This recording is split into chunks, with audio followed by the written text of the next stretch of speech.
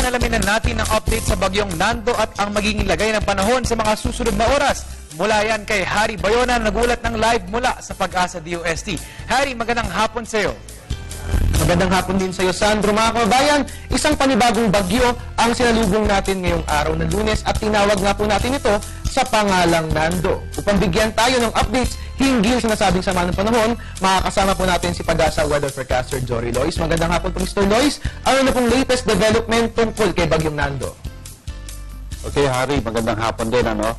Kaninang alas 10 ng umaga, yung si Nando nasa 480 kilometers east ng Baler, Aurora. Hindi po nagbago ang kanyang lakas, nasa 55 kilometers per hour. At ang nagbago lamang yung kanyang direksyon ng northwest ngayon sa bilis na 15 kilometers per hour. At dahil po sa pagbabago ng direksyon, itinaas po natin yung signal number 1 dito po sa may extreme northern Luzon. Alright, Mr. Lois, bakit po nagbago itong direksyon ni bagyong Nando? Ano po ba yung factors na nag-trigger sa pagbabago ng kanyang lokasyon? Or rather, ng direksyon? Okay, meron kasing ridge of high pressure area dito po sa ibabaw ni Nando. At dahil po rito, maaari pang magbago ang direksyon ni Nando. Depende po sa kung lalakas pa or hihina itong ridge ng high pressure area. Alright, Mr. Lois, base sa kanyang kasalukuyang lokasyon at pagkilos, malaki ba ang posibilidad na maging tropical storm si bagyong Nando? Yes, inaasahan pa rin natin na magiging tropical storm itong si Nando dahil kung titingnan natin yung mga kondisyon ay favorable pa rin. So, pwede pa po siya mag-intensify bago lumabas ng PAR. Alright, Mr. Lois, nakikita po ba natin ang posibilidad na mag-issue pa ng mas mataas na public storm warning signals? Kasi nabanggit po kanina na naglabas po tayo ng signal number 1, dyan nga po yan sa extreme northern Luzon. And if yes, aling mga lugar ang maaapektuhan po nito? So if ito si Nando ay lumakas at maging tropical storm, asahan natin na mag-i-issue tayo ng public storm warning signal number 2. At doon pa rin naman sa extreme northern Luzon, kasi medyo may kataasan na rin ang lokasyon ngayon ni Nando. So, whatever kung ano man po yung maging pagkilos niya, for sure, lalapit siya rito sa may extreme northern Luzon. So, sila lang po yung mai-issue ng signal number 2. Alright, mga kababayan, atin pong narinig si Pag-asa weather forecaster Jory Lois. If ever man po na mag-issue pa ng mas mataas sa public storm warning signals, dun lamang po itataas po ito sa extreme northern Luzon dahil sa kasalukuyan pong lokasyon ito ni bagyong Nando. Mr. Lois, may posibilidad po ba na mag-landfall ang nasabing bagyo? And if yes, anong lugar naman po ang tatamaan o maaapektuhan ito? Sa ridge of high pressure area, no?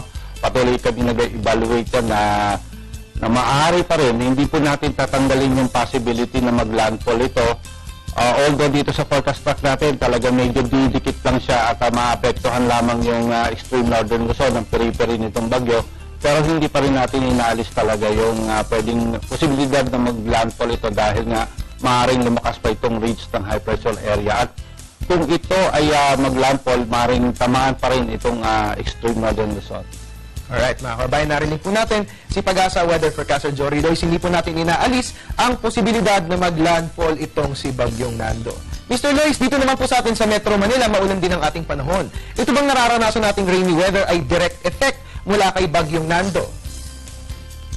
Wala pong direct effect na nararanasan dito sa Metro Manila, no? Habagat yung nararanasan natin dito, yung mga pagulan. At ngayon nga, base po sa nakikita namin ay maaaring magpaulan ng malakas itong si Nando ngayong hapon hanggang sa gabi at maaaring umabot pa ng hanggang madaling araw dito sa Manila. Ayan, mga kababayan, atin pong narinig yan. Paghandaan po natin ang malalakas sa pag-ulan na dadalhin po sa atin ni bagyong Nando. At pag-iibayuhin niya nga po kasi ang hanging habagat. Mr. Lois, kailan po ba natin maaasahan ang pag-alis ni bagyong Nando sa bansa at kailan naman natin mararamdaman ang improvement sa lagay ng ating panahon? Okay, base pa sa forecast track natin, lalabas si Nando mga Thursday at pwede rin hanggang Friday. Ano? Ngayon, yung improvement ng weather, bukas lang ng hapon o gabi, mag-start na po yung improvement hanggang sa Miyerkules. And totally, Webes, Biyernes, kung wala pa po tayong makikitang ibang weather system na magpapaulan dito sa Metro Manila, magkakaroon na po tayo ng magandang weather. Alright, that's great news mga kababayan. Bukas po, asahan po natin ang pagbuti sa lagay ng ating panahon. Mr. Lois, last few reminders para sa ating mga kababayan bilang ngayong hapon nga po ay magiging maulan ang ating panahon. Okay, paalala pa rin doon sa mga uma-attend o attend pa dito sa Million March sa Luneta. Kanina, pinagpapaalala natin na magdala sila ng mga pananggalang sa ulan at yung mga attend sa Million March, for sure, medyo makakaranas na kayo ng mga pag-ulan dyan mamayang hapon or gabi. So, it's better na magdala na talaga ng mga pananggalang sa ulan like umbrella or kapote. Alright, mga kababayan, ating pong nakasama si Pag-asa Weather Forecaster Jory Lois na siyang nagbigay sa atin ng update hinggil sa lagay ni Bagyong Nando. Sa ibang balita na pag-iibayo nga ni Bagyong Nando ang southwest monsoon kung kaya't muling naglabas ng gale warning ang Pag-asa. Ayon dito, maulap at maulang panahon ang aasahan sa eastern seaboard ng northern Luzon. Magiging mataas ang mga alon at aabot ito sa 3.4 to 4 at yan ang partikular na mararanasan dyan po yan sa Isabela at ganun din sa eastern coast ng Cagayan. Sakop din ng nasabing babala ang eastern seaboard ng central at southern Luzon at magiging rough to very rough ang kondisyon ng mga baybayin ng Zambales, Bataan, Camarines, Catanduanes, eastern coast ng Albay, ganun din po yan sa Sorsogon, Quezon Province at kasama po dyan ang Polillo Island. Sinaabisuhan po ang lahat ng mga kababayan nating mangingisda na huwag po munang pumalaot dahil magiging mapanganib ang lagay ng ating mga karagatan. At yan po muna ang latest mula rito sa Pag-asa DOST. Ang tabayanan po ang susunod kong weather updates mamayang alas 3 ng hapon. Dito lamang po yan sa Panahon TV Express.